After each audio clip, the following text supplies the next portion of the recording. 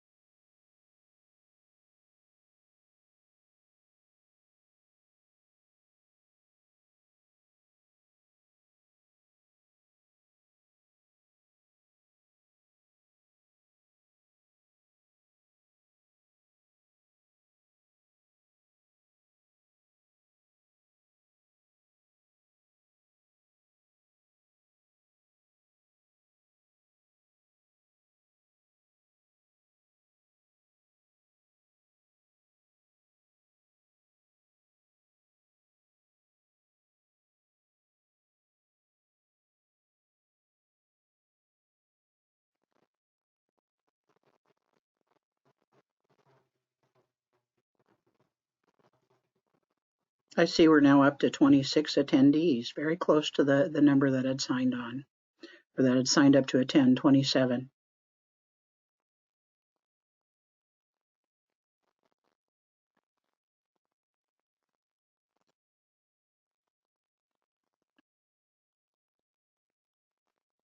Don, can you see the? Yeah, we're up to 27 attendees, Lisa, which is very close to the number that registered. 28.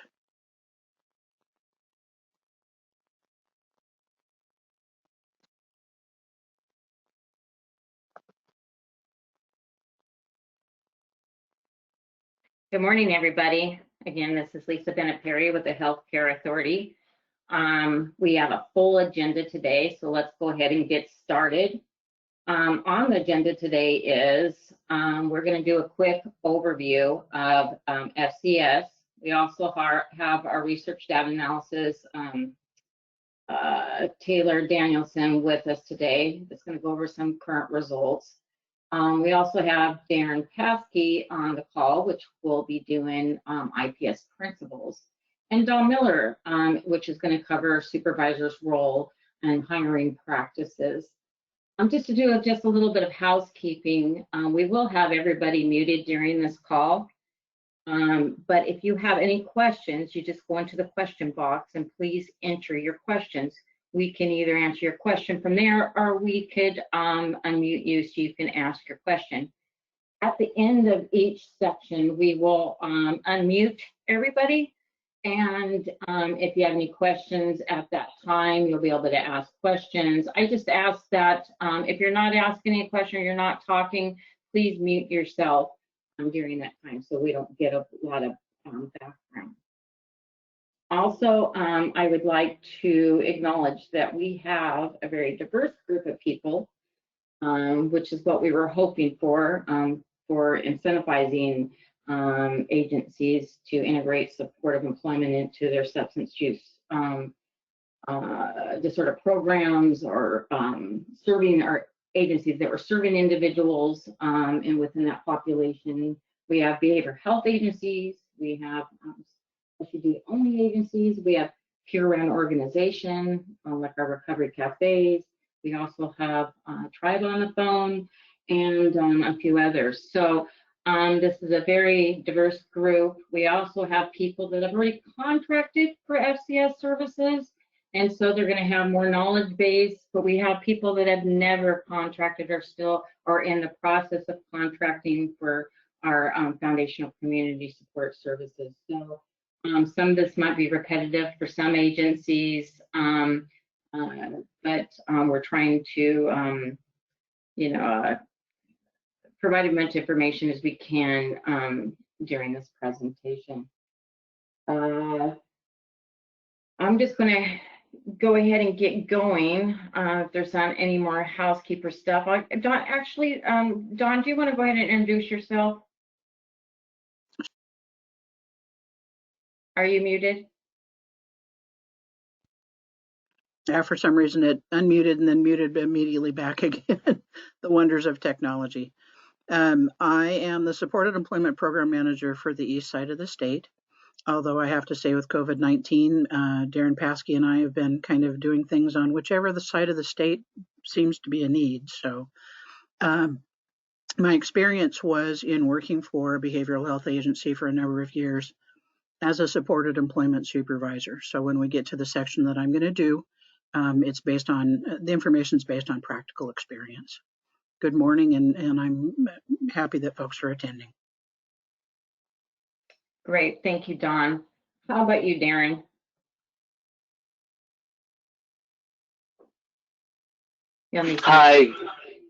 Hi, good morning, everybody. Thank you for attending today's presentation. I'm Darren Paskey, the Supportive Employment Program Manager for Western Washington with the Healthcare Authority.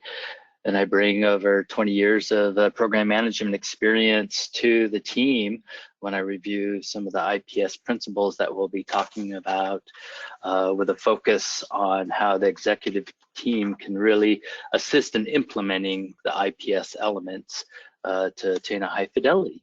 Thank you again for attending today. Thanks, Darren. I don't think I properly introduced myself either. I'm in the Supportive Employment Supportive Housing Administrator for the Healthcare Authority. And as Darren and Dawn both stated, they are the Supportive Employment Program Managers, but they're also the trainers for the state. So as we hope to provide a series of trainings to agencies that have contracted with the Healthcare Authority or for incentivizing integrated support employment services, there will be ongoing training available to each agency as we identify best practices for your unique situations. And then we have Taylor, if you would like to introduce yourself. Good morning, everyone. My name is Taylor Danielson, and I am a research manager with the Department of Social and Health Services, Research and Data Analysis Division. And I have had the privilege of working with Dawn and Lisa on several other projects prior to working with them on the Foundational Community Supports Program. And all these projects were related to employing individuals with behavioral health challenges. And I'm going to be speaking to you today about a rapid cycle evaluation that our division did on the Foundational Community Supports Program for the first, I think, 6 to 9 months of the program, 9 months, and reviewing the findings that we generated from that study. Thank you. I'm going to go ahead and jump in so we have plenty of time. We have a lot to cover again. So we refer to this program, you've heard me say it a few times now, about Foundational Community Support, or FCS. So you'll probably hear us see FCS a lot more frequently. But another thing that you might hear is the Medicaid Transformation Demonstration. So we are here allowing us to implement support employment, supportive housing across the state because of what we refer to as a Medicaid transformation demonstration. The goal of this project is to show that if you invest in supportive employment and supportive housing services based on these practices that we're going to discuss further, is that you actually will, the state will actually end up saving money in the long run. So what is foundational community supports? So it's a targeted Medicaid benefit, just making that clear. These are Medicaid benefits. These are for services for providing supportive employment services, helping people gain employment and helping people sustain employment, and the same with housing, helping people gain housing and sustain housing. What it is not is payments for rent or room and board. and it's not for wage enhancement. So basically, these are the services that you will be providing people. It's not those tangible items that might assist people with transportation and that type of thing. Lisa, I apologize. I don't know if everyone can see your slides. I know that I cannot. Oh my goodness. I can't either. Oh no.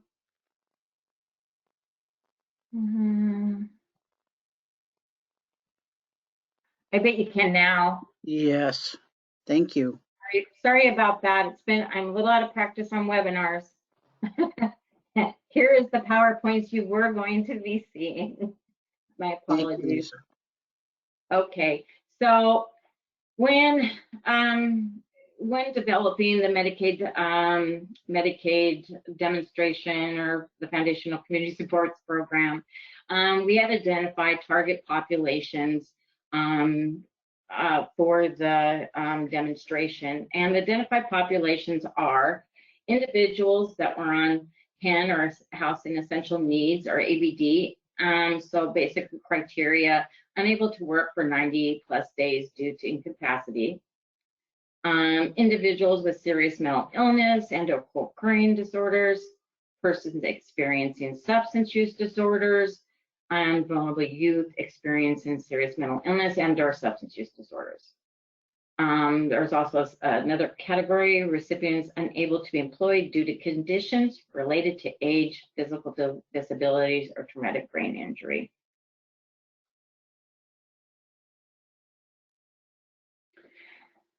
So not everybody qualifies for these services. There has to be identified health factor and risk factor. These are the risk factors. For supportive housing, it's frequent or lengthy homelessness, frequent or lengthy stays in institutions, such as nursing or inpatient hospitals, psychiatric institutions, prisons, or jails. Also frequent stays in adult residential care settings, and then frequent turnover for in-home care providers. There's also a criteria, what we refer to as predictive risk intelligence PRISM score, a 1.5 or above. But for support employment, again, we go back to the housing essential needs and age blind and disabled enrollees, but individuals that are difficulty obtaining or maintaining employment due to age, physical, or mental impairment or traumatic brain injury. Individuals with a history of multiple treatments, or individuals diagnosed mental health or SUD requiring continued treatment. That later one, the diagnosed mental health or SUD requiring continued treatment, is a frequently used factor that qualify people for services. So if they have a history of getting jobs, losing jobs due to their, their mental health or their substance use disorder, then that's a prediction that would be a predictive that they would qualify for those services. We also are going to share, which is way more inclusive, what we call the quick reference sheet, which will be part of your handouts, which will break it down better for you.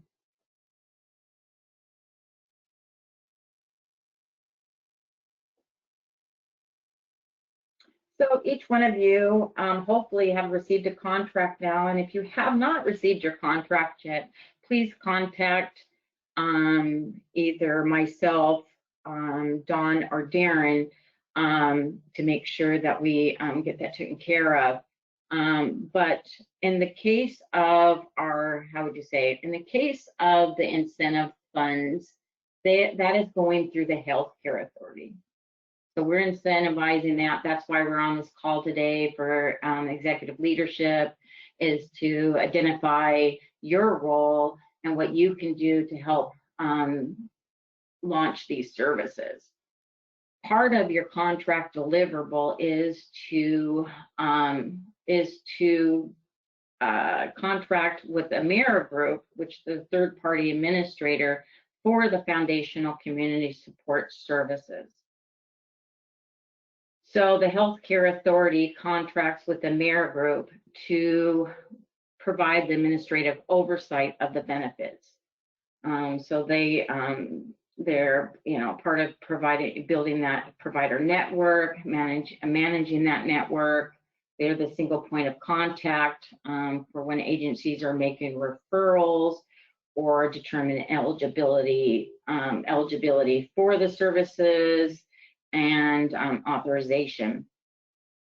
They're also responsible for the distribution of reimbursements of payments and collecting that data encounters and tracking that information.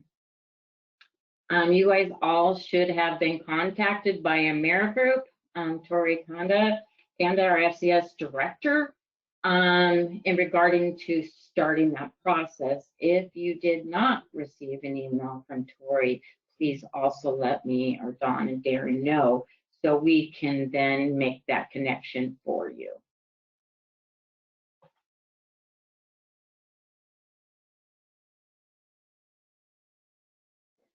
One of the things I want to show you is kind of backtracking.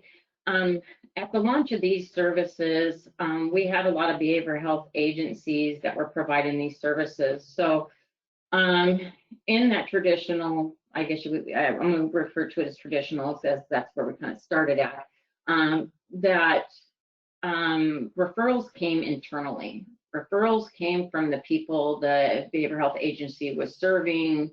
They were contracted to be an FCS provider, so they were able to assess that person and make that referral to Amerigroup. But we also had a lot of people out there. We were getting this information out there, so we had a lot of people, or different agencies or just individual people that were seeking these services. So if an individual, found out that there's this service and they just made a phone call to Amerigroup, you can do that. We wanted to make it no wrong door.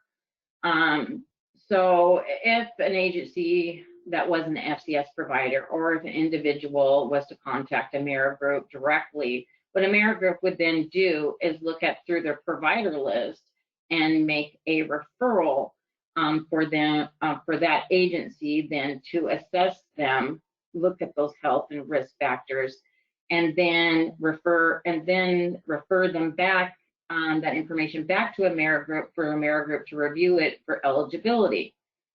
So it seems simple enough, but as we know, as service providers, is that connection between making a phone call, making a referral, and then that connection, there's a good chance that somebody might drop off, or a lot of people might drop off during that process.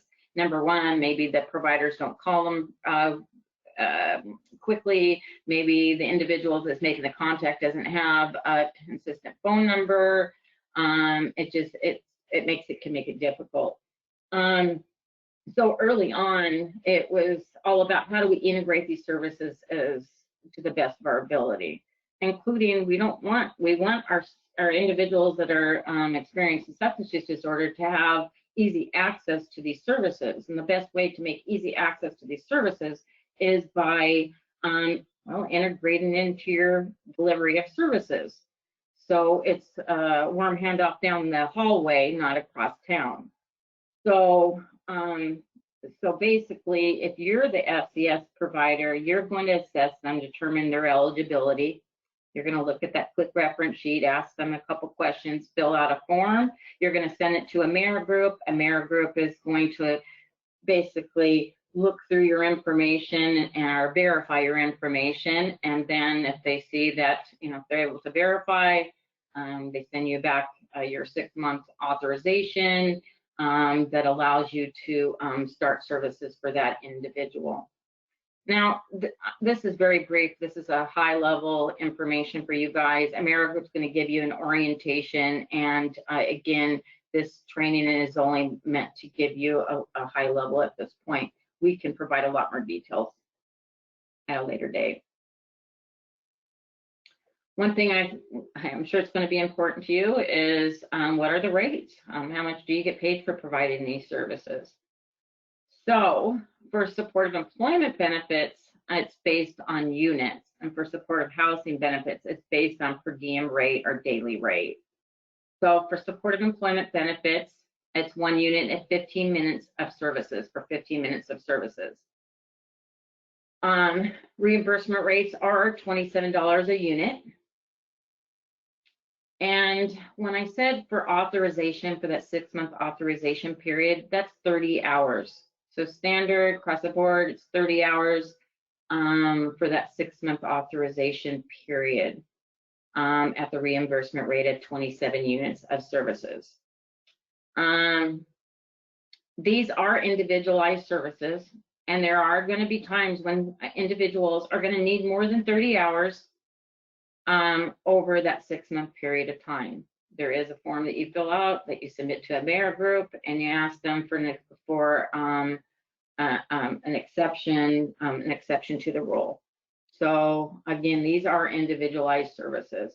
But I also want you to also recognize that these are reimbursed. These are fee-for-service contracts, and so we do have agencies that have been doing this for some time now, since the beginning, and we do have webinars to try to help agencies understand how best to use these type of programs. So these are, community-based services. These are one-on-one services, and it's just making sure to make those connections.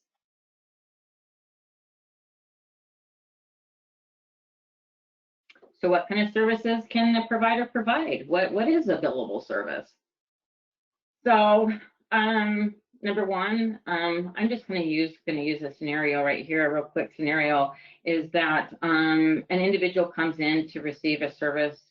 Maybe that's an individual coming in to receive outpatient, and they see that there's this new service, and they want to make that connection. So they're referred by the case manager, whomever, their counselor, for these services, and that's where that vocational job-related discovery comes in. They don't generally walk in the door and know exactly what they want to do. Maybe they might know what they've done, but they don't necessarily always know what they want to do. So we want to engage them, meet them where they're at, and help them see what their potential is, if indeed they don't see their potential. So it's really about doing that exploration. Career advancement services, so helping people attend school or provide academic support. So really looking at if their goal relates to education, or maybe it relates to they need to get their high school diploma first. Whatever that is a service that the support employment specialist can provide and is a billable service. Individual job development and placement. So this is a service that happens rapidly. Darren will go into that in detail, but is about going in the community, meeting employers, developing those relationships, and helping making that good job match. This could be with the individual or without the individual, and just with the employer on their behalf. Under Medicaid, these are face-to-face services, and that means that, but in this case, you can job develop on their behalf and or with them to make it a billable service.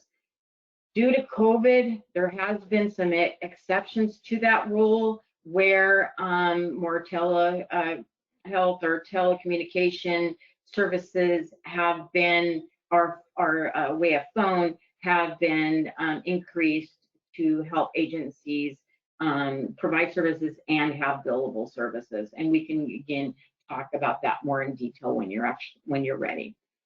Ongoing follow-on support, it's not just about helping people get jobs, but it's about helping people keep jobs. So that ongoing support once they get a job. Negotiating with follow-on support with employers, so continue that relationship with employers in case there's any bumps in the road. An example might be that a person's in treatment and their schedule needs to reflect what their treatment responsibilities are, and having that conversation early in that in the job development stages, actually. Job coaching, so some people with more, significant disabilities might actually need that support on the job. And then benefit support training and planning. So how will your benefits be affected by working?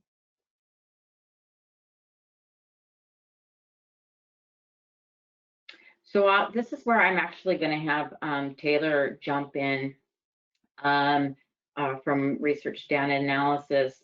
Taylor, do you have a PowerPoint, or are you just going to provide information? I've got the PowerPoint. Okay, so I need to change presenters. Has there been any questions yet, Don?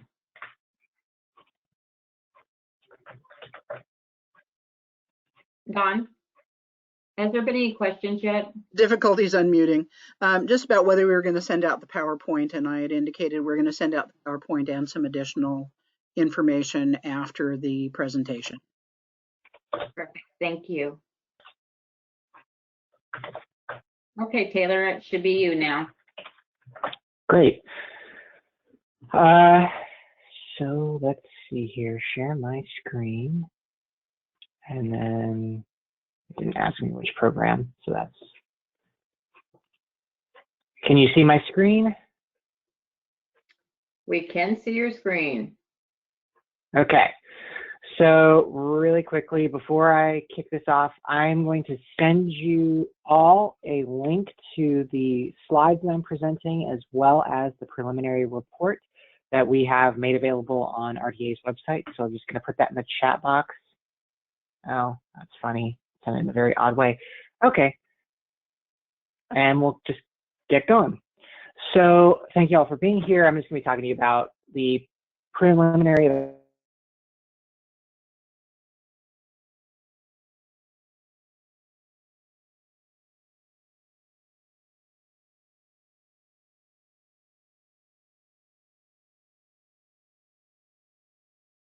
very unique division within state government, because we act as external, essentially external evaluators in quotes, for a lot of the programs for our partner agencies like the Healthcare Authority or the Department of Commerce or the Economic Services Administration. And we are well positioned to do this type of work because of our access to what we call the Integrated Client Database, which is a database that we have spent decades constructing that links individual information across agencies and then assigns each individual a unique identifier that we can use to pull this link together, data together to do evaluations and other types of work. And so this information includes medical claims data maintained by HCA, eligibility information, whether or not they received some type of economic service or benefit like basic food or temporary assistance to needy families or age-minded disabled cash assistance, age information, death information, homelessness service information. A wide range of data sources are feeding our integrated client database, and that helps us do the type of work that we do. And as part of our activities associated with the Medicaid transformation project, we are working with Lisa and the folks at HCA to evaluate the Foundational Community Supports Program. And so what we typically do in our evaluations is we construct what's called a matched comparison group, which means what we do is we go out into our administrative data and we look for individuals who look very similar to the individuals who were enrolled in the program based on their histories, and this is in the aggregate. So just if you take the two populations and compare them to one another, do they look similar? And then we use that comparison group that we've constructed to look and see what effect a treatment has, if any, and by treatment I mean program or any sort of like supported employment services or things like that. It's a very kind of broad term. And the reason we do things this way is because what we're trying to do is pull out all of the potential factors or characteristics that an individual associated with an individual or with a population that may make a treatment look like it didn't work or make it look like it did work, and really eliminate all of these potential confounding factors and really just focus on a very key question, which is, if we have a group of people who look just like the people who are in the program, but did not get the treatment, did not receive the service, were not enrolled, what was the change in their outcomes? How do they differ from one another? And what does that look like? And it's just kind of really getting at that, controlling for all other differences, what did the program do? So for the purposes of our initial FCS evaluation, what we did is we did two things to set up our population. So first off, as I was saying earlier, we focused our attention on FCS enrollees who enrolled in either the supportive housing program or the supportive employment program for the first 9 months of the program. So FCS services started in January of 2018, and this evaluation runs through September 2018. And then what we did is winnow that population down to individuals who look like they should be eligible for the services based on administrative data. So taking the documents that Lisa was showing you earlier and translating those into indicators based on the data that we have access to. And then applying program constraints, making sure that everybody who was in supported employment was 16 years of age or older, that they were Medicaid clients. And then we did the same thing with our match comparison group. And once we'd done some of that preliminary work, what we did is split the FCS population into 4 separate subpopulations. And we did this by delivery system affiliation and by their program enrollment. So the first split is supported employment versus supportive housing. And then we have an additional split by whether or not they were associated with the Aging and Long-Term Services Administration or whether they were HCA clients.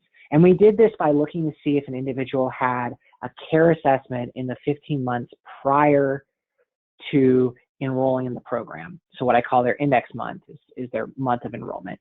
And that's their very first month of enrollment. And the reason that we did that is because we know that individuals who are affiliated with the Aging and Long-Term Services Administration, those individuals tend to have very intensive needs. They're receiving long-term supports. Some of them are exiting from state hospitals.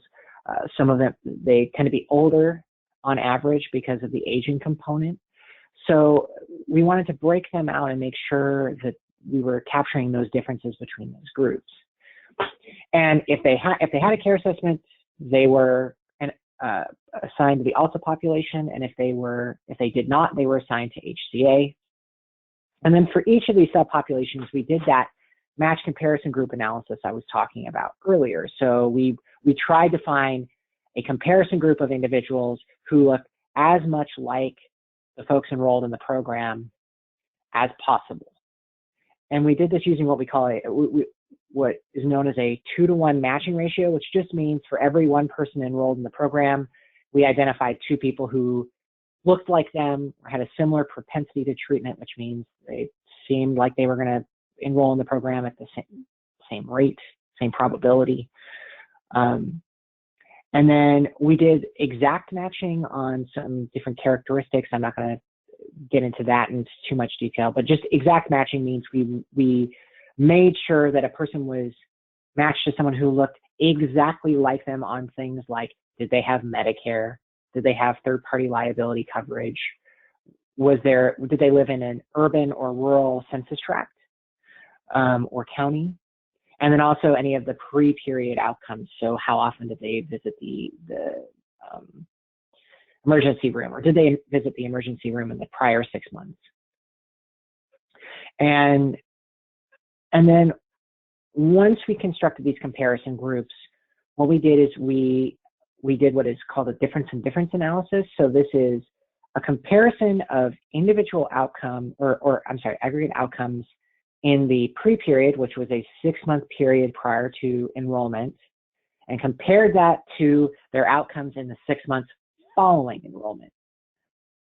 And the reason that you do that is that individuals may have really high, maybe using services at a really high rate in the pre-period, and then they'll start trending, it'll just trend downward naturally, because they were oftentimes people who are using services really intensely will start going back to the average use or average utilization.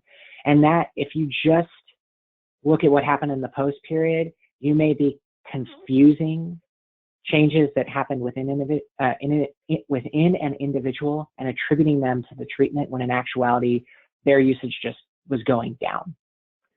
So just because they were such a high utilizer before, and they were all just trending toward the mean. So we're trying to adjust for that. The other thing that we did is, if there were any lingering differences between our treated group and so the ALTA supportive housing, HCA supportive housing, ALTA supported employment, and HCA supported employment folks, and their comparison groups, we controlled for those using some statistical adjustments. And that was our overall approach.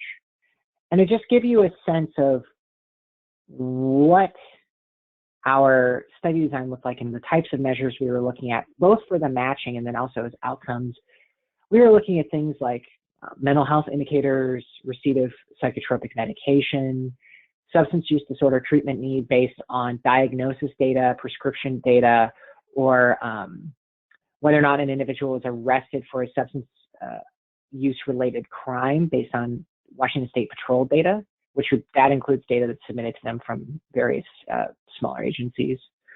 And then we looked at employment in the 12 months prior to enrollment, what their chronic risk or illness indicator, which is similar to their PRISM risk score, which just basically gives us a sense of what are their anticipated medical costs based on their history.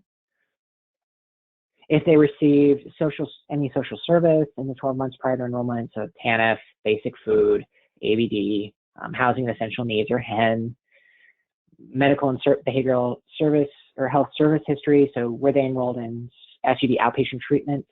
Did they get treatment in an SUD inpatient facility? Had they visited the emergency room? Had they been hospitalized? Indicators of homelessness based on data maintained by both the Department of Commerce and their Homelessness Management Information System, and ESA and their data system, their automated client eligibility system. And then contextual level factors like unemployment rates in their area, poverty rates, things of that nature. And then, as I was saying, we did this for the outcome analysis. We looked at things like employment and earnings in the 6 months prior to enrollment compared to employment and earnings in the 6 months following enrollment, changes in ED visits and ED utilization, and inpatient hospitalizations. And then we also have some demographic information like education level, things like that.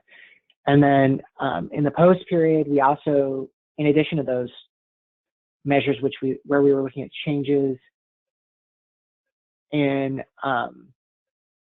individual in their use of the ER or hospitalization rates, we also looked at housing status in the post period. The reason why we did this is because individuals often will be homeless after enrolling in FCS because the goal is to get them out of homelessness.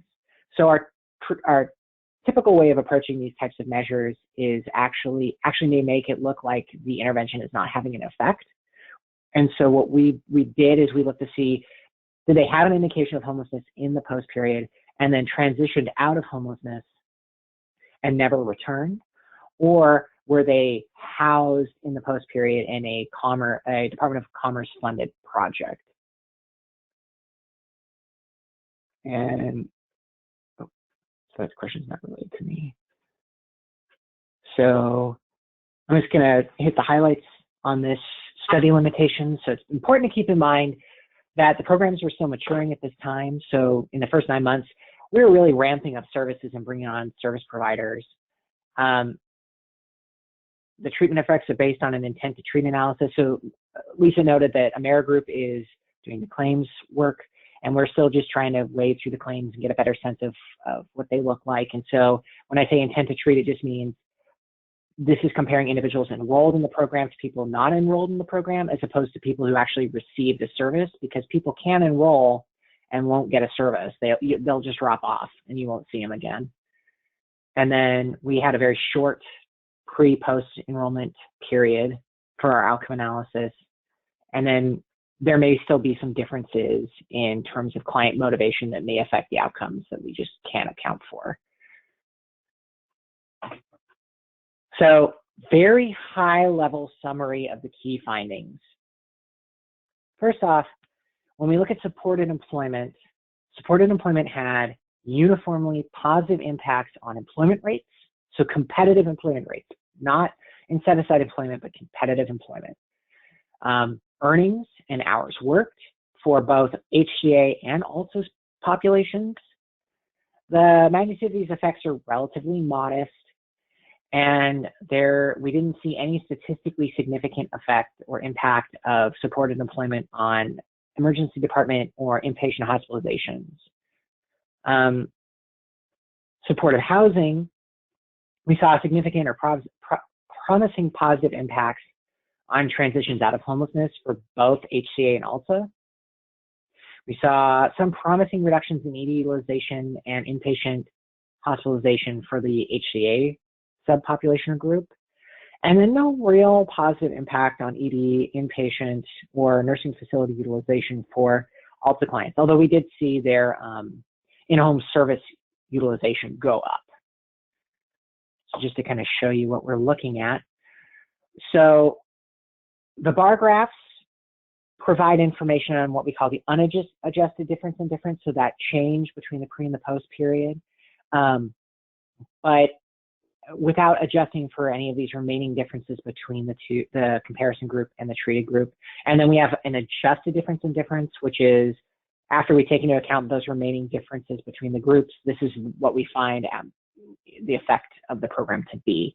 So you can see when you look at this, for the comparison group, employment rates were pretty static. They didn't move that much between the pre and the post period, but they did for the supported employment clients. So in both groups, the pre-period employment rate was 29.6, but it went from 29.6 to 43.7. So almost went from slightly less than a third to 40%, 45%, roughly between there, of FCS clients being employed in the post period. And that adjusted difference in difference is about a 12% change in employment rate. So it's 12 percentage points higher for FCS clients. So that's pretty good. We see that earnings went up for both groups, but they were slightly higher for FCS enrollees. And then average hours worked increased for both groups, but they were higher by about 36 hours for the FCS clients. For also supported employment, again, we see this increase in employment rates, although their employment rates are very low, 6% in the pre-period, and then that went up to 13% for the treated population, and that adjusted difference in difference is about 8 percentage points. Average earnings again go up, and then average hours worked in the 6-month period also went up, and they were about 15 hours higher for also supported employment clients relative to the match comparison group. That change was 15 hours higher. We see no significant differences in outpatient ED visits or inpatient hospitalizations. And this, I just want to pause on this slide for a second to really point to that, what I was talking about with that regression to the mean or moving toward the average. We see that in both the comparison group and the supported employment clientele, that ED utilization is going down. And that's just because people are trending back toward the average. And we see the same thing with inpatient hospitalizations. So this is why it's important not only to have a match comparison group, but also look at the changes between the pre and the post periods. And no significant changes in outpatient ED visits or inpatient hospitalizations for ALTA clients. Housing services. So HCA supportive housing outcomes, this is just for the post period. We see that the proportion of individuals who transitioned out of homelessness was about 4 percentage points higher for individuals enrolled in supportive housing services. And the percentage of individuals who were housed in a commerce-funded project, which is a rapid rehousing or permanent housing, permanent supportive housing, or transitional housing project funded by Department of Commerce and recorded in their homeless management information system, that went up by about 7 percentage points. So more people are getting housed in these housing projects, and there are more people who are transitioning out of homelessness and not returning. HCA supportive housing outcomes, we see very similar results in terms of transitioning out of homelessness, about a 4 percentage point difference between the treated and untreated group, where more individuals are transitioning out of homelessness in the supportive housing population. No significant difference once you adjust for residual differences between the groups and the proportion of individuals housed in a commerce-funded project. And this is actually unsurprising because we found out through some of our discussions that ALTA has their own bridge housing or subsidy that they use to house their clients. So ED outpatient visits did go down but it was not statistically significant. So we did see a drop in their adjusted difference of 46 ED outpatient visits per 1,000 member months, as opposed to inpatient hospitalizations, which also went down, but it went down more for the supportive housing clients relative to the comparison group. Not statistically significant again. Also, supportive housing went up on both populations for supportive housing clients, and that might just have to do with the acuity of the population being treated. And then really quickly, just to also, as I said earlier, also supportive housing, their real goal with supportive housing services was to try and keep individuals from entering nursing facilities. And we don't see a significant difference in terms of the proportion of individuals, the percentage of individuals entering a nursing facility between the comparison group and the supportive housing group. However, we did see a 10 percentage point difference in favor of supportive housing in the percentage of individuals receiving in-home services, which are designed to keep individuals in their homes, prevent them from becoming homeless, and prevent them from accessing more costly services like nursing facilities. So that's a positive. That's indicating that the program is having an effect there for that, an intended effect there. So I know that's a lot of information. It's very dense. Do folks have any questions they want to ask? Oh, Taylor, this is Lisa. I just wanted to point out, this was the first 9 months of services. As you said, we were just establishing agencies. In December 2018, we were able to provide a pretty big list to Amerigroup, but we still had to work on the actual services with providers. And right now, what we're talking about really is sustainability. How do we evaluate the effectiveness? But this is the first 9 months.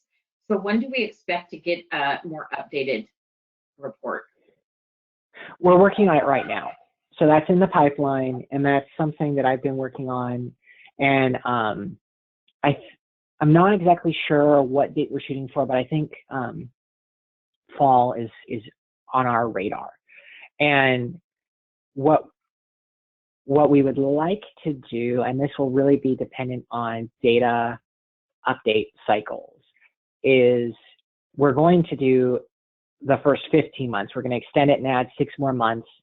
And then it may be possible, although again, data update cycles, to potentially extend that to 18 months. But we're definitely the first 15 months, which actually, one of the things I want to point out is when you look at this, there's 201 supportive housing clients associated with ALTA, 422 associated with HCA, 371 supported employment clients with ALTA, and then 742 supported employment clients with associated with HCA. So relatively small numbers of folks. And as Lisa's pointing out, this is the first 9 months of the program. We're really ramping up. We're trying to build the network.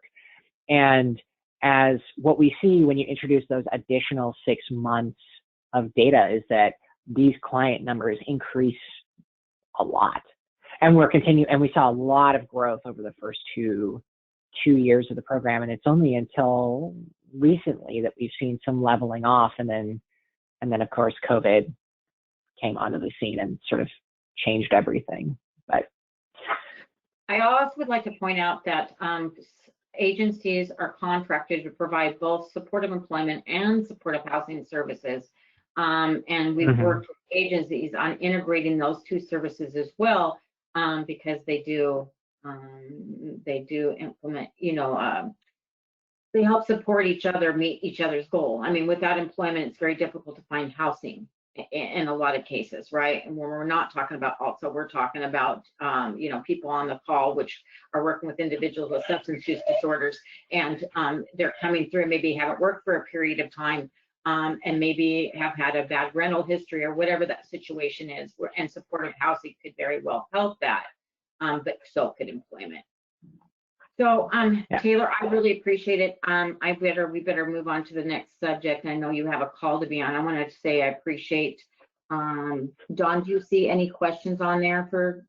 Yes, I do. Harold had asked a question about disclosing to potential employers related to job development. I did indicate we're going to have a job development training later on in this series, and we'll go into some detail about that. And I hope my response didn't sound abrupt, but it is a big topic. And so it's one of the things that we'll discuss in job development when we do that training in September. Forrest had asked, can we provide educational groups for housing employment trainings, types of groups for multiple participants in FCS programs? I didn't type a response to that one as yet. So Lisa, I don't know if you wanted to address that or if you want me to just type a response for that one too. No, go ahead. And what was the question again? I'm sorry. Whether they can bill for groups. Okay, so I'd be happy to answer that. These are individual services, so every service needs to be attached to one individual. So the answer is no, you cannot bill for multiple people at one time. And then the last question, at least at this moment, was what impact did changes to an individual's employment and earnings impact their Medicaid eligibility? Are there any specific work incentives that protect healthcare access? And I responded that healthcare for workers with disabilities is one option. We have recorded trainings that cover benefits planning that can be accessed through Pathways to Employment. We can also do additional Q&A types of trainings to individual agencies or as a group. So that one's also an answer that's probably lengthier than we can address in this particular session, but we would be happy to address ongoing. Yes, and we will be answering that when it comes to the one-on-ones, our meetings or with the supportive employment supervisor training, and can get into a lot more detail, but we'll definitely be providing some more information on that. But just the overall as far as Medicaid, our goal is to not keep people in poverty, right? I mean, to be eligible for Medicaid, you have to be at poverty level, unfortunately. And if individuals do get jobs and their Medicaid is important to them, then that would be something would have to be discussed individually with that person. But also, we should be looking at employers that offer medical insurance. We want people to graduate from poverty.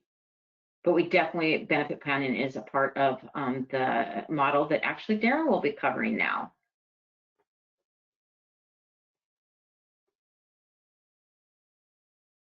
That covered one? That was all the questions for the moment. And I know that Taylor took his slides down.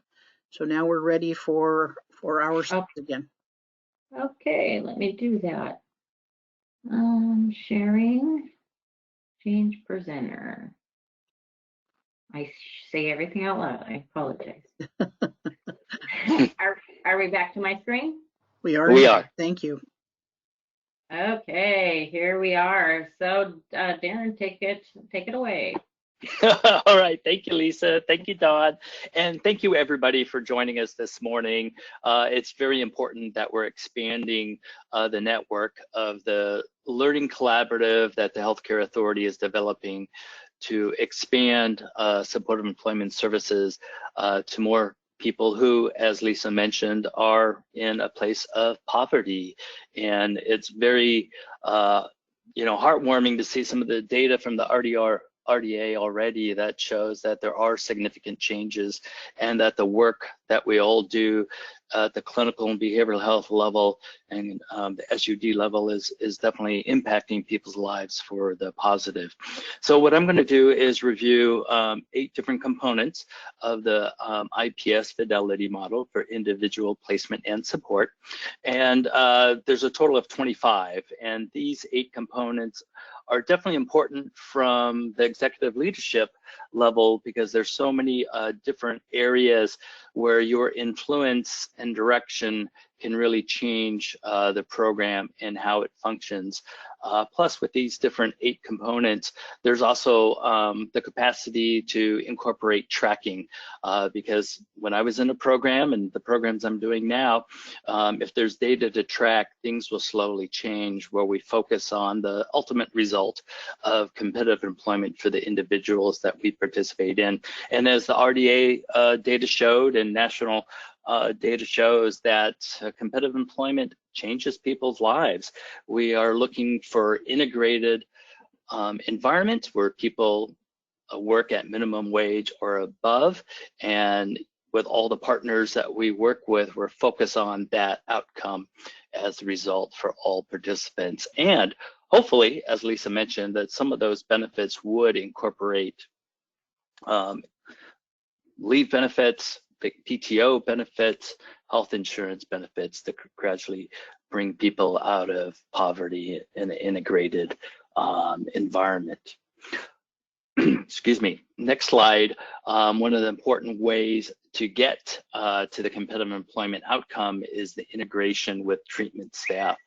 This is really important for leaderships to be able to bring this bar up that everybody is inclusive for this, because when we get a broad base of support and we got that broad base of treatment coordination, we can really impact the way programs interact with people, and we can really see holistic teams come together to support the journey to competitive employment, whether that's the behavioral health component, the substance use disorder component, the medication component, crisis intervention component. All those different elements can come together to support the person for that outcome. And I think from my experience in managing programs, executive leadership can really have a strong influence that brings the employment specialist or brings the employment supervisor or employment manager to the different teams so that they have more of an integrated time, not just doing updates for data outcome, which is important, but actually to be able to have some consultation time to talk about different individuals, different barriers, and how a team can really come together to minimize the barriers as people flow through from the intake process to the job development process and being out in the community. And together we can really see some changes in the goals when we're actually a broader team approach. One of the important parts of this is really the zero exclusion principle, that we really want to focus everybody to have access to employment. From the very beginning, that we reduce as many barriers, if not all the barriers, to employment. And this can really start at the process during the intake process when somebody first comes in to a program, whether on the behavioral health side, you do an intake that is bringing forth some of the goals and the client choices for employment, or on the ASAM side, where you're really dealing with different dimensions for readiness to change and recovering living environment. I think employment is a great holistic way to deal with some of the barriers as people are on their recovery journey. One experience I've had with a gentleman coming into a supportive employment program that I was managing for many years was somebody who was really focused on using marijuana and not really wanting to change that aspect of the behavior. Plus he had a schizophrenic diagnosis plus autism as well. But as soon as the person was able to complete the intake, we were able to assign him to an employment specialist to begin that rapid job search in the community to look at some barriers and some opportunities for growth for the individual.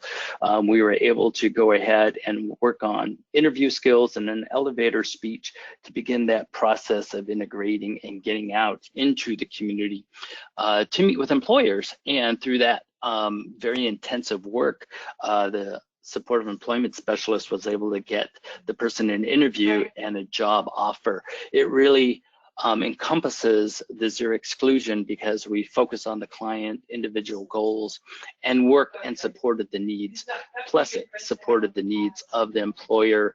The employment specialist was able to actually go into the employment site to educate the team regarding some of the mental health diagnostic issues, plus the learning ability that was negatively impacted by the autism, to create some tools that everybody could use to help this person be successful on the job. And through that, the person was able to make it into their probationary period. So on the next slide, we talk about client preferences. This is where the whole program about Fidelity is focused on the client choice, and it really drives the whole process that we really want to honor the client's choices and validate their strengths and ability through the employment process. It also builds trust because we're validating where the client is and some of the goals that they want to achieve, and really creates that buy-in early on in the process that we're validating and acknowledging where people are in the process, and that they can be in charge of the job search process. And again, I think this is also something that could be on the diagnostic level and bringing in information from the ASAM dimensions as well as on some of the behavioral health dimensions as well for that process. The next important component for the process is having access to benefits planning and education. I think the ability to educate and provide a baseline of how income can potentially impact their state Medicaid, their federal Social Security, food stamps, housing issues, all those range of elements are really critical to assisting people moving on in the process and giving them a bridgeway and stepwise production to get out of poverty. Sometimes people have to make very critical decision points of what they want to incorporate and choose whether they'll stay in a state-supported, federally supported process or to go ahead and move out of that situation. We had one person that we did benefit education and planning, and we went through the healthcare for workers with disability process, and we had to do some pros and cons of staying on Medicaid and paying a percentage of her revenue towards that benefit, or to just focus on the employer's benefit. It turned out to be about a $300 cost decision for the client to whether they wanted to use the Medicaid or gradually move over to the employer-sided benefit. And the client decided to leave Medicaid and take advantage of the employer's benefit. So we can really see people making those decisions on their own and weighing the pros and cons for those benefits to do that. On the next slide, we have a process that's, oops, excuse me.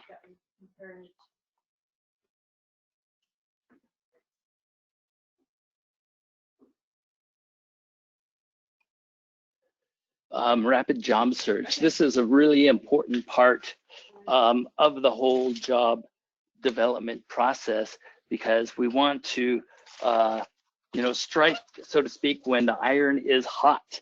Because when people are motivated and focused, we can see a lot of progression and maintain and honor that choice where people can move forward.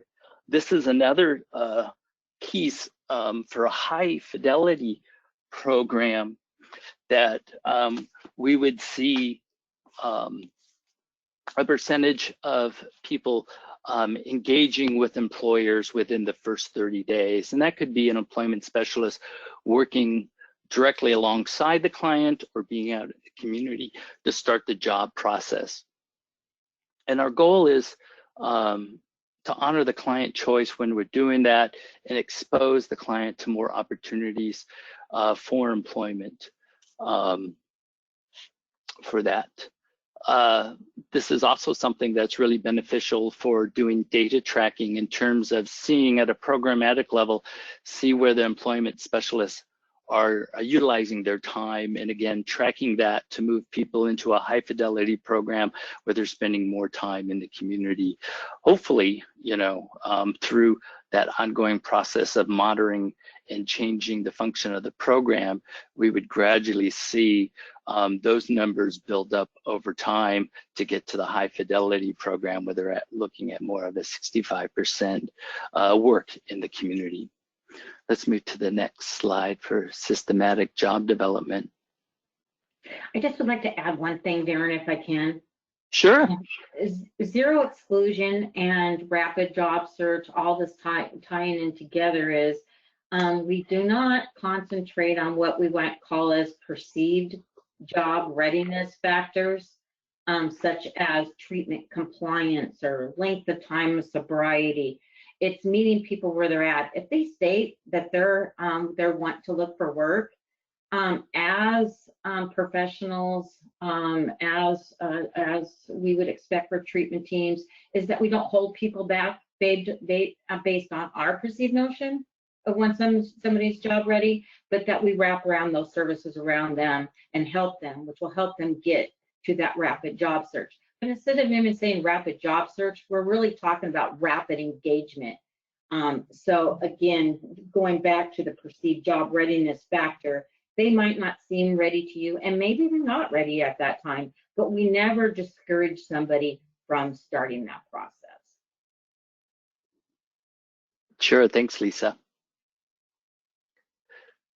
Systematic job development is definitely a core component of any supportive employment program because there are certain elements that we need to construct in the program to make sure that people are going out to develop those employer relationships. And this is very important to track for an employment supervisor or supportive employment manager to know, to review clinicians' logs of where they're spending their time during supervision, but also to be able to report to upper management where the team is functioning and where the team can make some changes to increase their time in the community and building those employer relationships. Those are all critical elements to lead to that future job development, future job access for the client.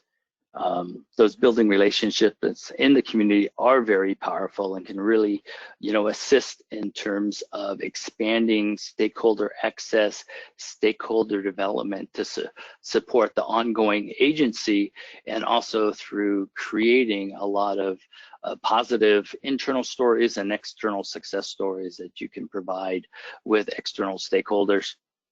To build up a cohesive braided funding stream. And some of those resources could include DVR, other vendors in the community to reach some of those targets. This is another kind of critical area for doing or adding some of the data tracking to the program for the supportive employment program manager to provide data into upper management through developing quality assurance process or just some data management. On the next slide, we have time unlimited supports. This is just really critical that we're able to provide ongoing support as long as the client feels that they need the support, or for the employment specialist to maintain some of that longevity. I think the more time we can provide to support the client early on will give us some of those long range job retention rates to slowly bring those people up to a higher functioning level and hopefully out of poverty, honoring, the client choice of whether they need the support, whether that could be through the support and employment staff. And as Lisa mentioned earlier, with the current foundational community supports model, there are extended benefits that you can apply for or create or access the exception to policy to continue to provide those critical supports that clients need to maintain employment and be successful and, create those job retention levels. This is another, I think, critical point for data tracking for any employment program, to have those start dates for employment and the longevity for people in the program for that added support.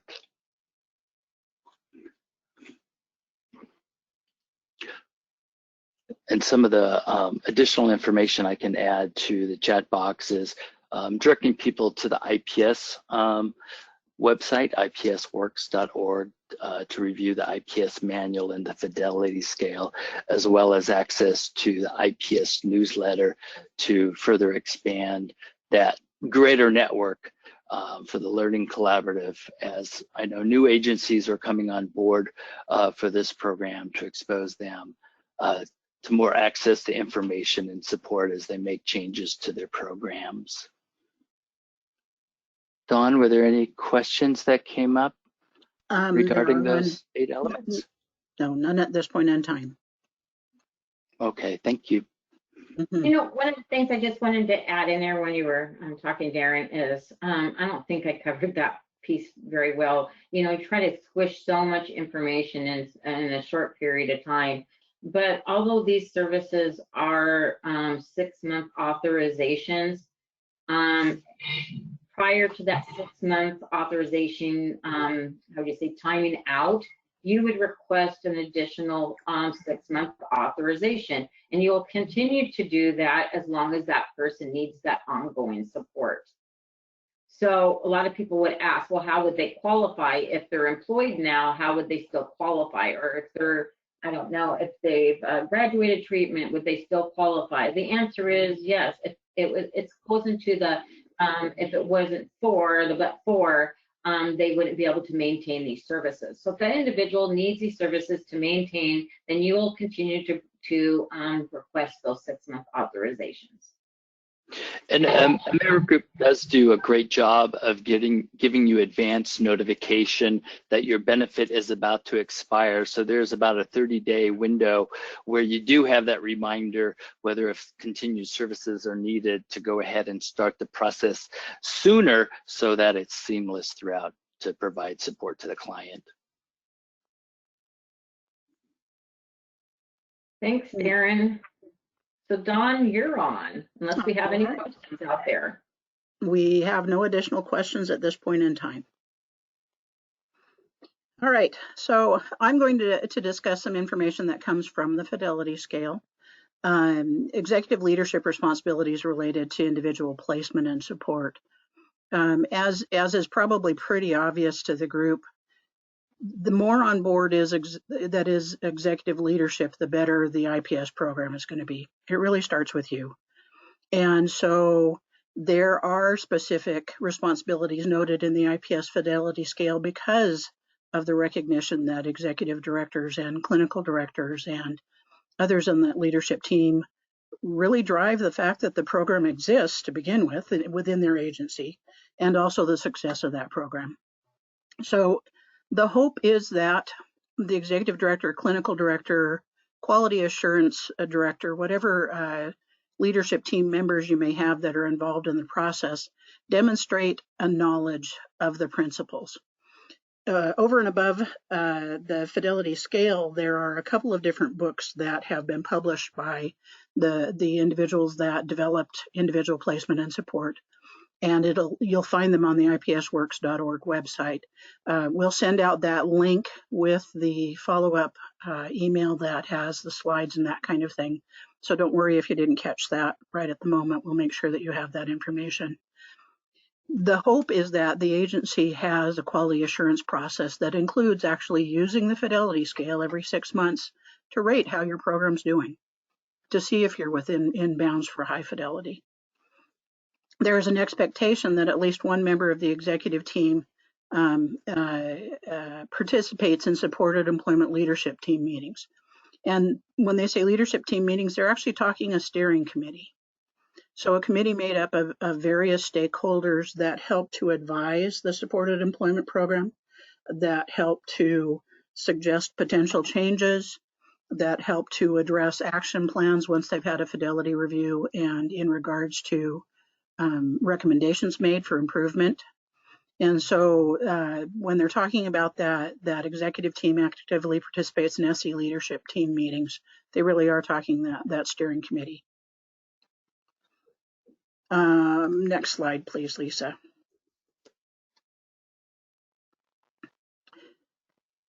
This one I find interesting because it says agency CEO, executive director communicates how supported employment services support the mission of the agency. And if you note, the last line in that bullet says this item is not delegated to another administrator. It is truly the intent within the fidelity that the executive director, CEO, the person in charge is the one that tells staff about the importance of supported employment, and that they periodically, it says that 6 months, for 6 months and at least annually thereafter, and you can see in meetings, newsletters, and that kind of thing, that the executive director is truly the one that's communicating the importance of supported employment. SE program leader shares information about evidence-based practice barriers with the executive team at least twice a year. So information comes up from below and down from above related to how things are going within the IPS program. And the agency measures rate of competitive employment on at least a quarterly basis and shares that outcome. Darren mentioned it in what he had to say.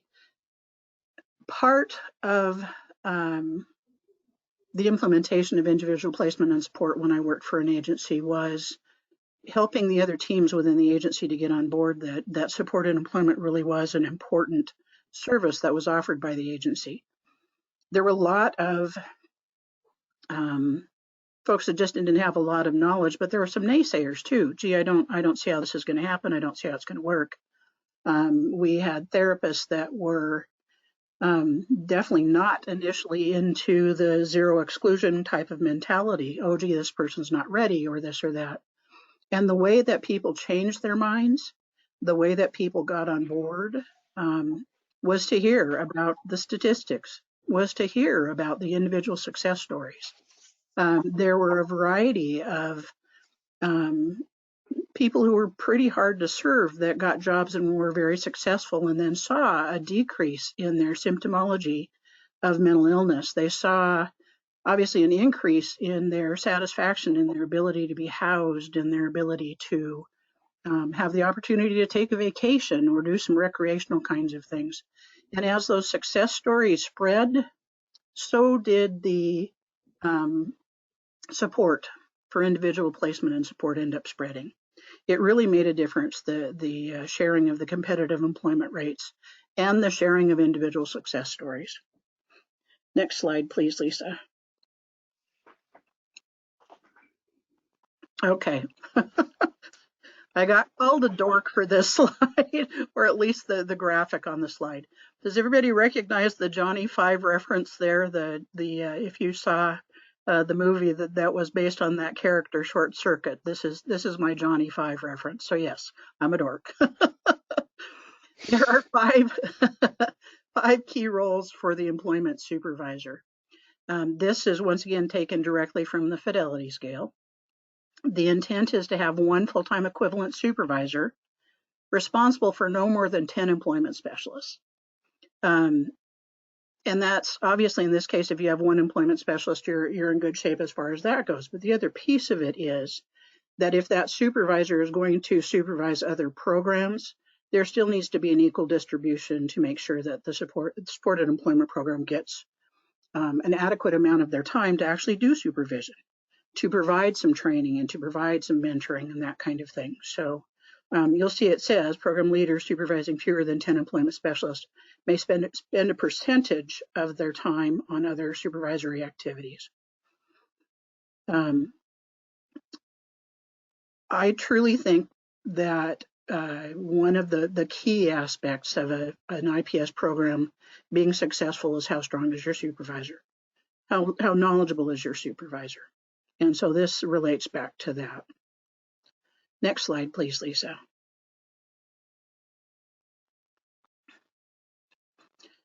Supervisor conducts weekly supported employment supervision designed to review client situations and identify new strategies and ideas to help clients in their work lives. This weekly supported employment supervision, there's going to be a unit meeting that's a group of employment specialists or a group of staff that ends up talking about employment for folks. There can also be individual supervision. I know some agencies have struggled between, do we do individual, do we do group, do we do both? That'll ultimately be up to you to decide. Particularly, and I'm not saying anything earth-shattering, but particularly when a staff person is new, the greater the contact with their supervisor, the more ability they have to ask questions and the more learning opportunities there are. Ongoing, though, there's a recognition that supervision needs to happen, that training needs to happen, that there needs to be weekly contact with the supervisor in order to help to train the staff as well as is possible. Next slide, please. Okay, here's my champion.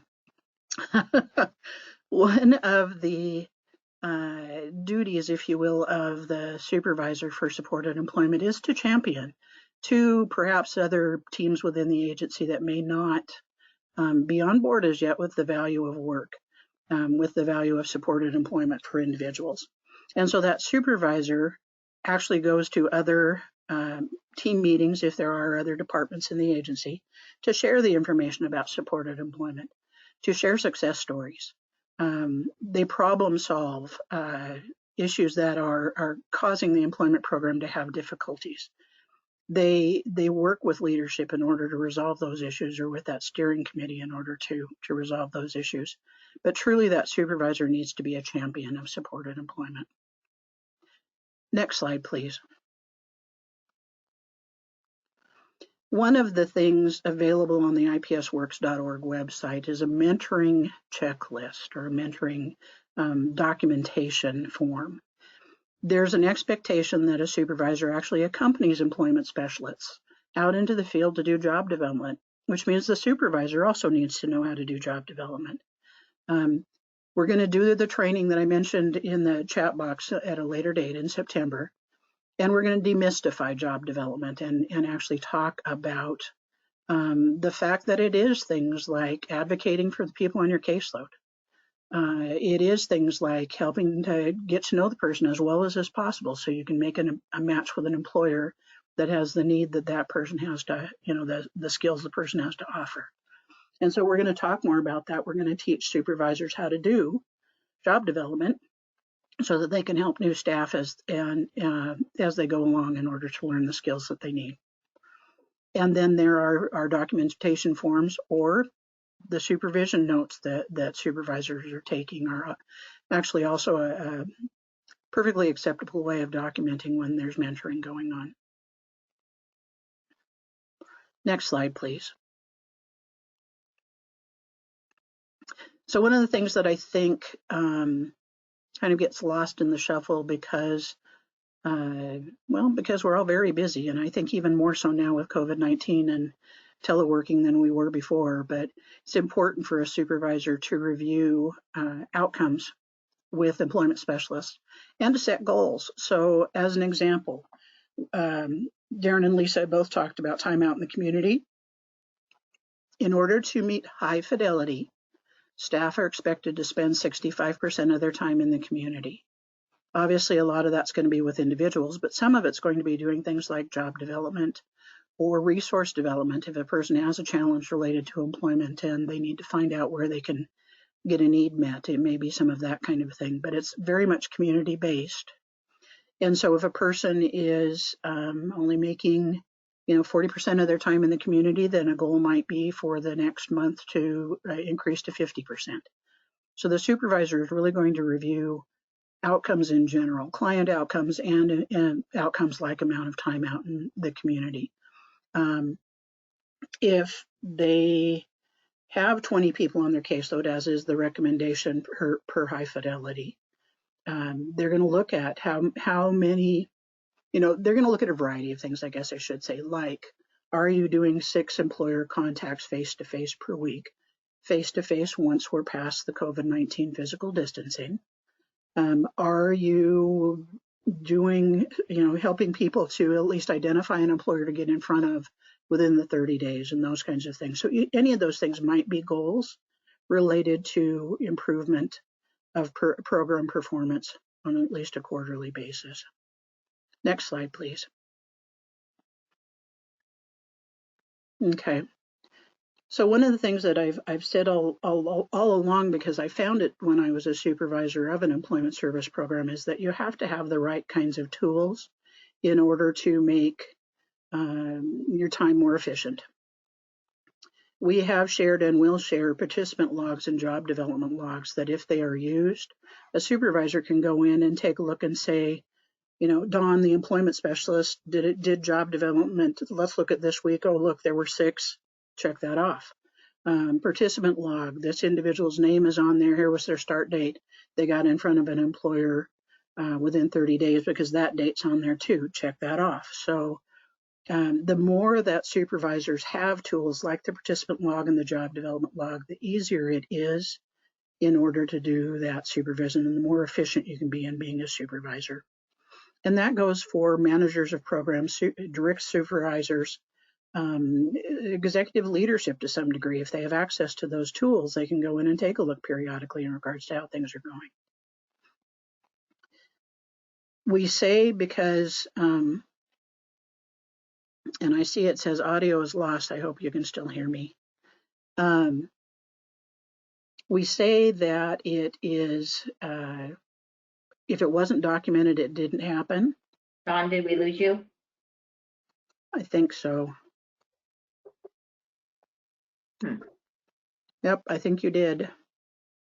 My apologies. I'm logging back on momentarily. Okay, I think I'm back. Can you hear me again? Okay, yes, I can. Sorry about one of the I said technology earlier, and that it's such a wonderful thing. Sometimes it is. My Wi-Fi is not reliable. I apologize if I fade out at some point in time. So down to the bullet point that talks about if it wasn't documented, it didn't happen. One of the challenges that supervisors have, that leadership has, that fidelity reviewers have, is finding the documentation that proves that something happened. It's important from setup, from program implementation, to make sure that the documentation systems are in place in order for staff to be able to have the method for documenting. And so that's something, if you want additional assistance as we go on to talk about what systems might need to be in place, we can surely do that. But just to keep in mind, and I know you've all heard, that if it wasn't documented, it didn't happen. So that's a consideration from the beginning. Once again, I'm not saying anything earth-shattering. I suspect a lot of you have already considered that kind of thing. But if you need some assistance in order to determine what documentation might suffice, do please reach out to us. It's important to be able to pull the data related to numbers when doing newsletters, to share success stories, when reporting to all staff meetings, when applying for grants and that kind of thing. So important to set up that system in advance. One of the things that, as we do fidelity reviews, that we found that agencies have the greatest challenge with is trying to identify how much time staff is spending out in the community. What I request when I am sending out a fidelity review agenda letter is that we have a calendar of some sort that shows start and stop time for activities out in the community, and then a designation that they were out in the community.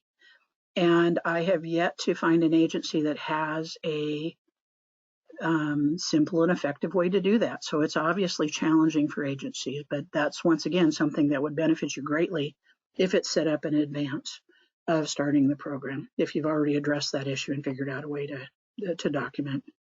Next slide, please. You know, Dawn, it just dawned on me. Mm-hmm. We talked about the role of Amerigroup being the third-party entity doing, the billing and the tracking and the, contracting and so forth for foundational community supports. But we didn't, and we talked about your role as being trainers. So I just want to emphasize that part about fidelity reviews is that although Healthcare Authority is not the contracts for FCS, they're not going directly through Healthcare Authority and they're going through Amerigroup, we are, how would you say, we are providing the training and monitoring the program quality.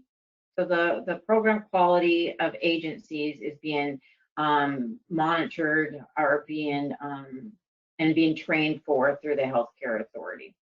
And we're also incentivizing fidelity reviews with agencies each year. So just a kind of a side note. And that's a good point. I do see I went ahead and checked questions quickly, and Harold had asked, is there funding available through FCS to also provide benefits planning for individuals receiving SE services?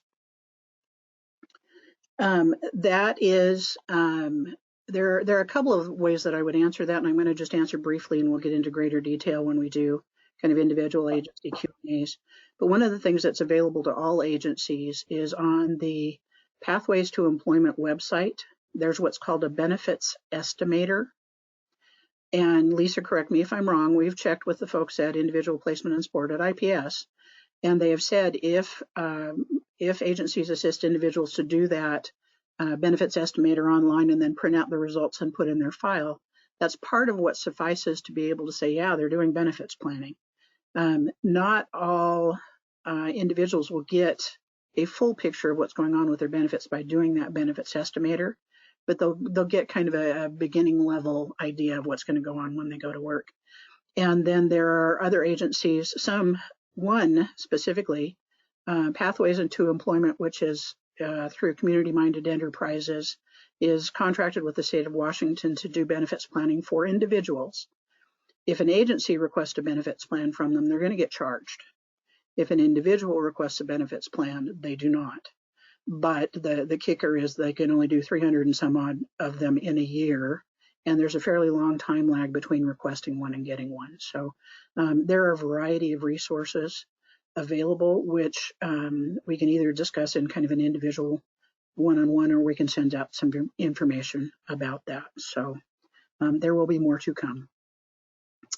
So best practices for hiring an employment specialist. You've all hired people. I'm not going to tell you how to hire people, obviously, because that's you've got your own format. I am going to give you some ideas about things to consider while you're doing it. Define the job before hiring the employee. We do have a job description. I think we have 1 or 2 samples, which we can provide to agencies should they need one. But defining the job and being very clear about what it is that the person's going to be doing. Over the years, in having been on the hiring team for supported employment specialists, one of the things that was of benefit to the agency that I worked for was making very clear in the job description that up to 65% of their time was going to be spent in the community, that this was not a desk job, that they were going to be going face-to-face to talk to employers, and so going out and doing that marketing piece on behalf of people was a piece of what they needed to do. The clearer we got about that in our job description, the more the applicants that we got were a good fit. And so consider some of those kinds of things as you're writing the job description. Planning your recruiting strategy, where to advertise, what to include in the posting. Peruse the fidelity scale for items to make it clear in regards to your requirements. And by that, I mean, same kind of thing. You're going to be going out into the community. You're going to be talking to employers on behalf of individuals. You're going to be spending a great deal of your time in the community. and that kind of thing were some of the things that we had to do in order to help to get the right kinds of candidates applying for the job. Asking the right job interview questions. I'm laughing only because at one point in time we had a question that was "sell this pencil to me," which I thought was a kind of a goofy question, and it turned out to be a goofy question, and we did away with it. But having questions related to, do you have a good network in the community? Are you well engaged in your community? Do you know a lot of employers?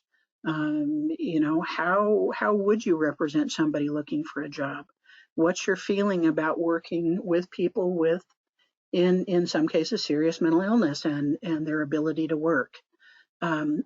Over the years, and I will say that I was a supervisor for the employment program for 21 years.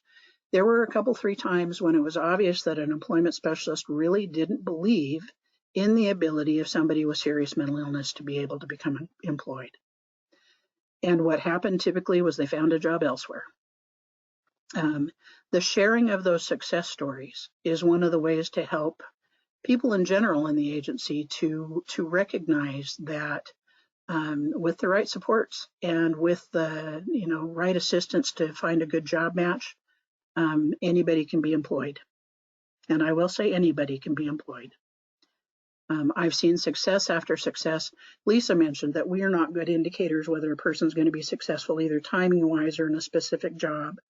I'm going to share a really brief story about a gal on my caseload a bunch of years ago who was actively using meth, who had been a prostitute and a drug dealer, and who decided that she wanted to be a welder.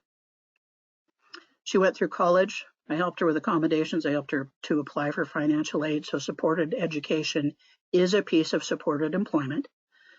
She took 2 years to get a 1-year certificate, but she did it. And she became employed at a scrapyard using a cutting torch to cut apart metal. I thought, first of all, she wasn't necessarily ready because she was actively using meth. I was wrong. I wasn't sure that her job choice was a good one because she went from high heels, pretty hair, pretty makeup, fancy clothes to welder's mask, leather gloves, steel-toed boots, leather chaps, and that kind of thing. She was absolutely successful. I was not an indicator as to whether that was going to happen. I was not a good estimator as to whether that would be successful. She was, and she was very successful. And that's just one of many, many, many examples of individuals that had some serious challenges. She had pretty serious PTSD, as you can imagine, having been a prostitute and a drug dealer. She was mugged many times from behind. She had to work in a welding carousel, which means her back was open. We came up with accommodations. She was successful in classes. She was successful in what she had to do at the employer. So always know that the employment specialist is not going to be the one to determine if a person's going to be successful. The therapist isn't, whoever isn't, the SUD professional. The person's going to be the one that decides whether they're going to be successful. Use scenarios and questions geared at determining applicants' attitude about the ability of people with serious mental illness to be employed. And then in the onboarding, use the fidelity scale as one of the training tools. It's a great tool. It's got a lot of good information about the way supported employment should be done. So is a great tool to use in order to help people with their onboarding. In regards to not necessarily even hiring the employment specialist, but as the employment supervisor, one of the things that I did regularly was to be a part of onboarding for all staff that came into the agency. Didn't matter if they were administrative staff or a therapist or a janitor or a case manager or an employment specialist. I shared information with them about supported employment and successes and the evidence-based practice. And a lot of the referrals we had to our program came from brand new therapists that had heard me speak in the onboarding process, because they actually ended up having heard enough that it piqued their interest and having heard enough that they're willing to give it a try. So having the supported employment supervisor be part of the onboarding process for other staff is one of the ways that you can help to facilitate that zero exclusion as well. All right. And that, I think, is the end of my slides. Does anybody have any questions for me?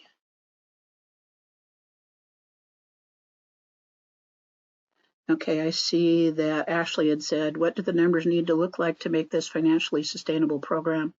Or is there an understanding agencies will need to augment this program with outside grants or funds sustaining employment supervisor and SE specialist roles?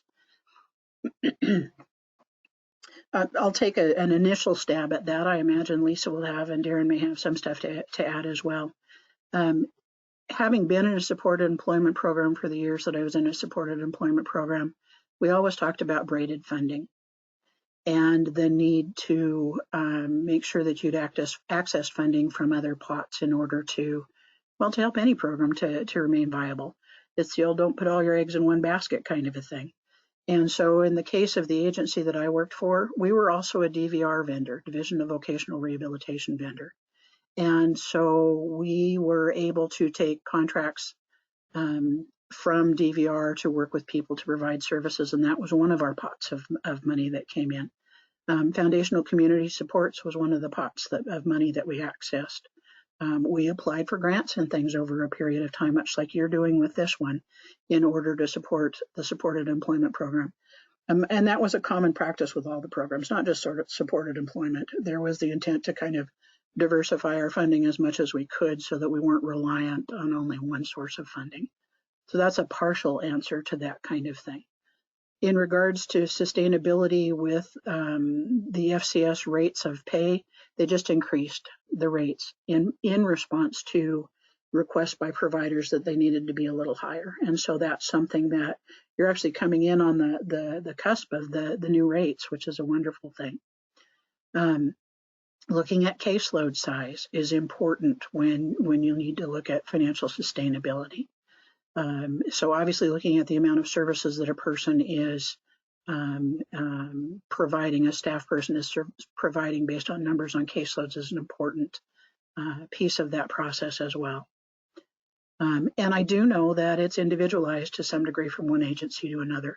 I can tell you that having done some fidelity reviews recently, there are agencies out there that are doing very well, that are placing lots of people in jobs and that are finding that they're able to sustain financially their programs. There are other agencies that are not. I'm not sure that I can tell you the difference between one and the other. I know that it's possible to do, and I know that some agencies are doing it very well. I think I would add to that, Don, because I think you were pretty thorough in covering that. Is that you need to look at how many services per day, per month that you need to be able to provide to individual clients based on caseloads to sustain a person's an employment specialist or two. And what will that take for your agency? And breaking that down will kind of give you the number of what you need to shoot for. So if you're looking at a caseload based on 20, which is what Fidelity says, but on average, let's say you have a 25 caseload, how many services per individual would you have to provide to be able to maintain that? That's something to look at. So basically, do the math. Now, people are going to be no-shows. You're not always going to be able to determine if a person's going to show up for your appointment. You're not going to have those billable hours because of that. So job development in the community on a person's behalf is not determined on if a person shows up for their appointment. So you always know you have that. So you should definitely focus your job development on people's behalf. Follow-up support on a person's behalf is not determined on that. But I can tell you, being an integrated agency, an agency that's providing integrated services where people come for treatment, for example, if you're making your appointments that is attached to a person's other treatment appointment, being that these services are part of recovery and part of treatment, then you're going to be more successful and connecting with that individual.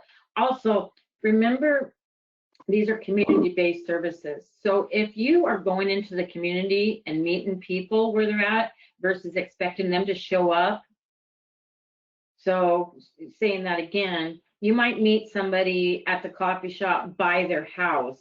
You're more likely to get that face-to-face time and be able to provide those services to that individual, which of course is going to increase your outcomes that you're looking for, but it's also going to increase your billable time. I love that Lisa brought up the fact that doing job development on behalf of an individual on their caseload is a Medicaid billable service.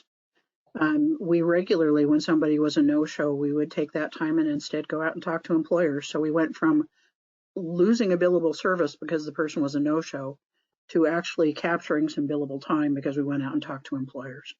So it was pretty huge. I do see there's another question here. Forrest had asked if an agency could provide basic employment skills training to individuals, could that be a billable service? For example, if we had a snack wagon and set it up at the community events and individuals to use a register, interact with the public, inventory, and so on, which would prove some work experience of sorts. Can we bill for that if we set it up as a structured activity?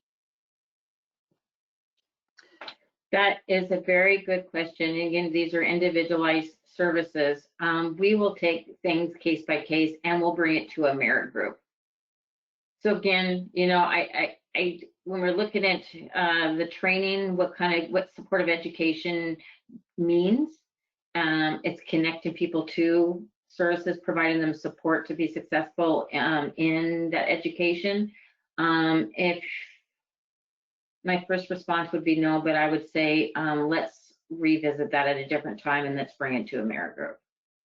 Well, and I'd add on to that. In looking at this scenario, my first question would be, does the person want to work in a snack wagon? Because it's very much based on person's choice in regards to what they're doing. Is it a training that they can get someplace else? So in other words, SkillSource as a potential has some training that they do on a variety of things. Could we connect that person with SkillSource to receive some training there and get some of the same kinds of skills? So part of this is about the person's choice. Part of it is about, does the resource exist someplace else where we can refer them out to do that kind of thing and set kind of our sights on doing more in the way of job development. And then the other thing about IPS is that it's very much related to competitive work. And one of the things that I find interesting about, and I see Harold's asking the same thing about a barista training program. If you're referring somebody out, then obviously you're not providing the service, and then you're not going to bill for it. If you have a barista training program, let me back up. If you're referring them out, they're going to a barista training program and they need your staff's assistance in order to participate because of something that's a challenge for them. Maybe they have a high anxiety level and they are not able to go on their own someplace like that, and they need the support of staff. Then you would potentially bill for the fact that staff had to be with them to support them so they could be out in that training program. IPS is very much about getting a person into a job. Over the years, and I've actually been doing supported employment longer than just the 21 years I was at the agency. I've been doing it about 30 years. We used to do what was called train place. And so we would teach people and teach people and teach people and guess what they might need to know and teach them some more, and then finally place them in a job. And maybe the things we taught were relevant and maybe they weren't. And so essentially what we do now is place train. So we put a person in the job of their choice that seems to be a good match based on what they're saying and what we've seen, and based on what the employer is saying about the job. And then if there are challenges that come up, we teach them how to either cope with like some of the anxiety disorder or whatever while they're on that job, or we work with the employer in regards to how to teach the person to cope with those kinds of things while they're on the job. So we've very much gotten away from train place and much more into place train. Being competitive jobs are the goal. So less on volunteering and that type of thing. I was just going to say, if somebody had tried to teach me a lot of the skills that I needed to use to take this job, I can tell you they would have been way off base. I have learned so many things that are very specific to this job, and I think we can all say that when we have a job, that yeah, we have maybe a college degree or we have training in one place or another. When we get to the job, we learn a whole lot more, and that's the expectation of the people that we serve too. Yeah, we can maybe do some training, but is it really going to be relevant to the job that they're going to take? Maybe, maybe not. Is it better to teach them to deal with the specifics in the job that they've got going on? So that's part of my answer. Hey, Dawn, this is Darren. Yeah. I totally agree, because it is focused on the client service, and IPS does focus on competitive employment is the outcome. There's that risk of doing the ongoing training, and then it's more difficult once you put infrastructures in place like a cart or a barista stand or a barista kiosk, that you get so focused on that you lose the light at the end of the tunnel that actually moves people into competitive employment and more independence. And like you said, definitely employers do some training. Starbucks has a wonderful training program, as well as some other barista positions, that there's a lot of training that happens on the job, which is going to be more integrated and more aligned to the focus on competitive employment. Mm-hmm. Yeah. So can you see my screen now, Amerigroup? No. No. I wanted to, if I'm here, no This one is can Darren. see your screen. Getting closer. People can't see your screen. Click open. Sorry. How about now? No. Well, at least I go to the FCS group. I did want to just come back to the cost analysis and support the position. It really does take a lot of focus on managing caseload and managing time and managing those billable hours to make this program robust. But from the programs that I worked with, similar to Dawn, there was the contracts with DVR, stakeholder agreements for additional funding, but I think that some cost modeling is very important to make this program robust, to make the supportive employment program financially viable.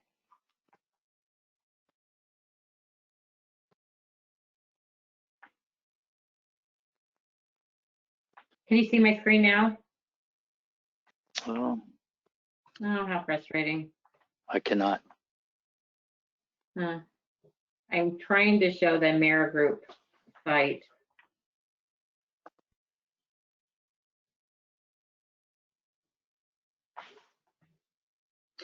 I don't know. Well, and according to this, it says now viewing Lisa Bennett Perry's screen. So I guess we should ask everybody else. Can you see the screen at this point in time? Can you see what Lisa's trying to share? Anyone? No, I'm getting no's. And that's odd because the system actually says that Lisa's sharing her screen. Oh my, can we unmute to see if there's any questions out there? We, I think, can do that. I just want to make sure that if anything you walk away with today is, one, the importance of your role as executive team to communicate to your staff that the supportive employment program that you are implementing or in the process of implementing is an important part of your treatment services, and how you demonstrate that is one, by making sure that employment specialists are involved in treatment stream planning, that they are involved in other staffing, that it's not a side note, that yes, they're down the hall. Try to have, even location, trying to have some integration there is going to help your program be successful. It's to be able to build your referrals to your program, identifying where your referrals are going to come from. What does that process look like? Look at how you can decrease the barriers for the employment program to receive referrals. In other words, don't make it difficult. Let individuals refer themselves, and then make sure that the other clinicians or counselors involved will, are aware of it, and they can add it to their treatment plans. Or if you're not a behavioral health agency, that good communication is there. There is going to be other trainings. We have sent out a flyer with other trainings that is going to be available to the agency, which also aligns with the contract. And I'm just pulling that up right now so I can tell you guys the dates. Okay, well, you're looking at that, Lisa. I'm going to say everybody is unmuted from this end. You'll notice that the red microphone has a line through it next to your name. If you unmute that independently, you should be able to ask a question should you want to. Thank you, Dawn. So our next training that's coming up is Tuesday, August 25th. That's 8 a.m. to 12 p.m. That's targeted for the support employment supervisors and employment specialists. This will be a deeper dive into IPS and the overview and the tools and resources to programs. So all the program tools that Darren and Dawn have been talking about that we have on our Pathways to Employment, we will actually go through there, talk about the purpose, and make sure that you have access to all that information. You're not going to have to start from scratch. We are going to give you the tools. It's going to give you the foundation that you need to build your supportive employment program. We also have a training on Tuesday, September the 8th. Tuesday, September 8th and Tuesday, September 22nd from 9 a.m. to noon. This is for the employment specialist, being the most specific, and the supervisor for programming and documentation and job development strategies. It's unfortunate that these are not in-person trainings. We'd much rather have this be an in-person training. I would love to see all of your faces right now. Should not be the norm, but as of right now, these are all virtual. We will make the Tuesday, August 25th and September 8th and 22nd.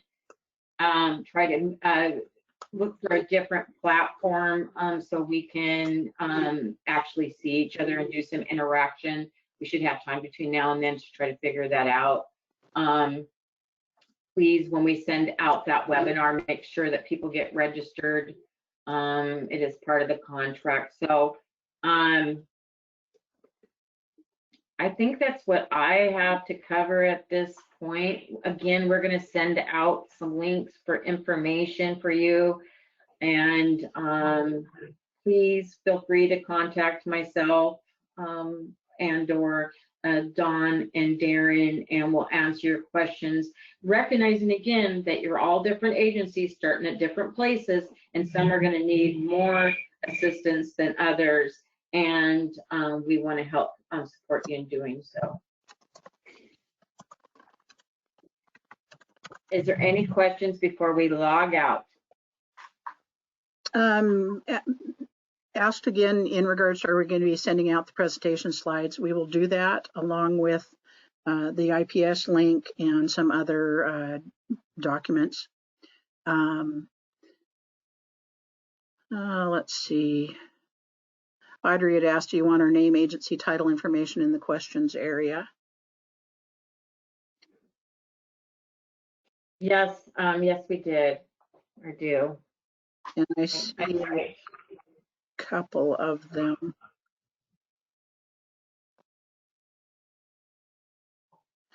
What we're going to do when we send out slides and the additional information is everybody that registered is going to get an email with that information. So if you were one that had other people register, everybody that registered from your agency will get the same email. And There then you go. That will help support us know which title, which position each person was or is. Okay. Well, I want to be respectful of everybody's time. It is noon. Thanks again. We're really looking forward to working with your agencies and helping them integrate support employment into your services. So until next time, thanks so much, everybody. thank you. Thank you all.